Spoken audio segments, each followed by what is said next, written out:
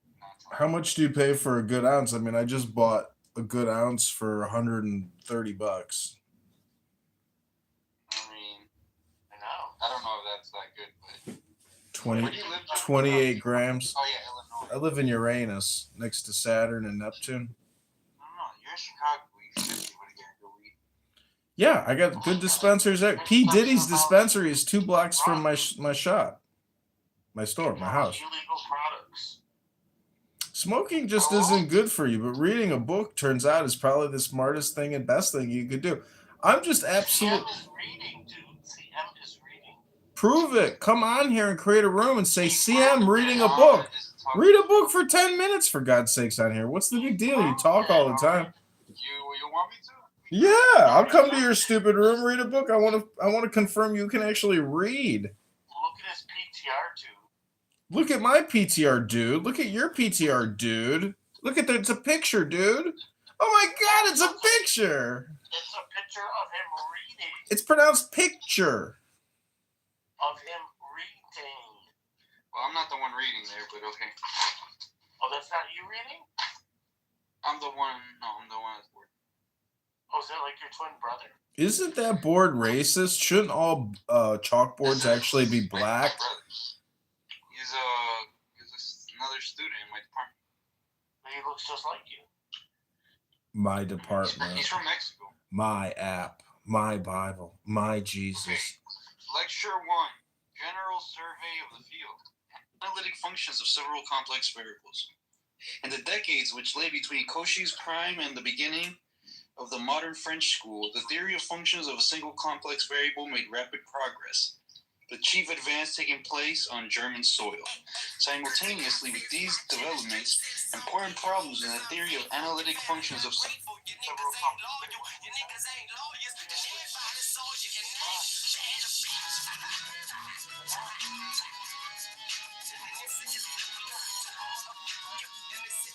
The name of this song is CM is a Bitch by Lil Wayne.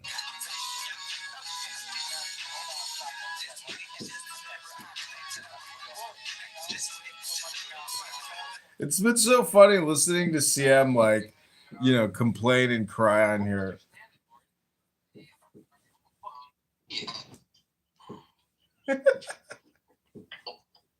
So then I don't understand either. Philosophy, state functioning.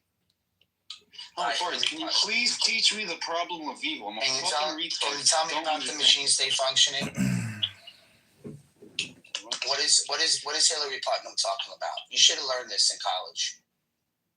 Hillary Putnam is like huge. No, he's like one of the best philosophers of our time. He was discussing AI in 1973. I mean, the guy's a genius. Sure. So, Barth, you don't know anything about Hillary Putnam? I'm a fucking idiot. I need you to teach me the problem of evil. Would you say that B is isomorphic to its dual space? Yes. I would say that. I figured you would say that. Correct. CM, don't you understand the problem with evil is that God is evil, but God is also good. He's both, or God is, neither. I don't understand. What don't you understand about the paradox? Can you tell me what a paradox is, CM? Again, the key word is paradox. What does paradox mean? Saying that the Turing machine was isomorphic to a human response, where he was trying to figure this out. And this was like his big thing. Yeah. This is called machine state functioning. Turing machine is like a computer, bro. Turing machine, exactly. That's what he was trying to figure out. But he actually, this was like his big paper, and he debunked it. He himself debunked it. And usually philosophers, this is what they do. They put something out there, and they're like, yo, you know what? Just like Ludwig Wittgenstein. Ludwig Wittgenstein? Am I saying that right? Ludwig. Yeah, Ludwig. He did it too. He had the Tractatus. He was like, this is a masterpiece. He leaves. He comes back to Germany. All his students are like, oh my God, this is so great. But what did you mean in premise 7?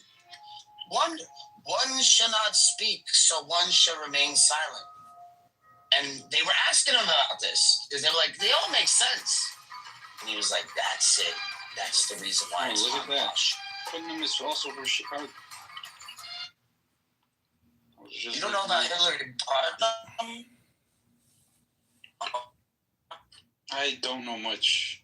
I mean, although I'm reading up right now. And, yeah. Hold on. He uses the word Somorphicism. Yeah. Philosophy of mind, philosophy of language, philosophy of math, and philosophy of science. So I'm saying I'm surprised that you never knew about this with the philosophy of math. This is like you know, like a person that they would discuss, a person that they would talk about. No, this is what I'm saying. I'm starting to question your math skills here. It's more computer science and like philosophy. He developed a Davis-Putnam algorithm for Boolean satisfiability problem and helped demonstrate the unsolvability of Hilbert's 10th problem. Look at that. I thought you would have known this. Like, these are your guys. I mean, I know about Hilbert's problem. Anyways, okay, but he solved it. I'm admitting. How come he didn't solve it? Because he lived before me. I'm admitting to him a retard. I'm stupid. Can you please explain the problem of evil to me? Oh my God, you're stupid if you keep repeating the same question over and over again, but you haven't figured out this thing called Google, ChatGPT, or Grok. How fucking stupid can one fucking repeater be? Repeat yourself 10 times to prove just how fucking stupid you are, how much time you like to waste. Hello, fucking stupid. Is anybody there? Hello? Yeah. So, you like don't get trying to get Barth to fucking like say something for once. Ludwig Wittgenstein, right? Ludwig. What he did was, this is what he did. You want me to show you what he did? I don't know. It's fine.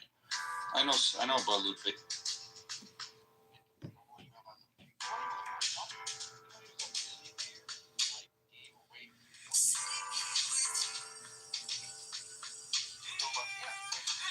See, why don't you just take up music, CM, and just stop talking?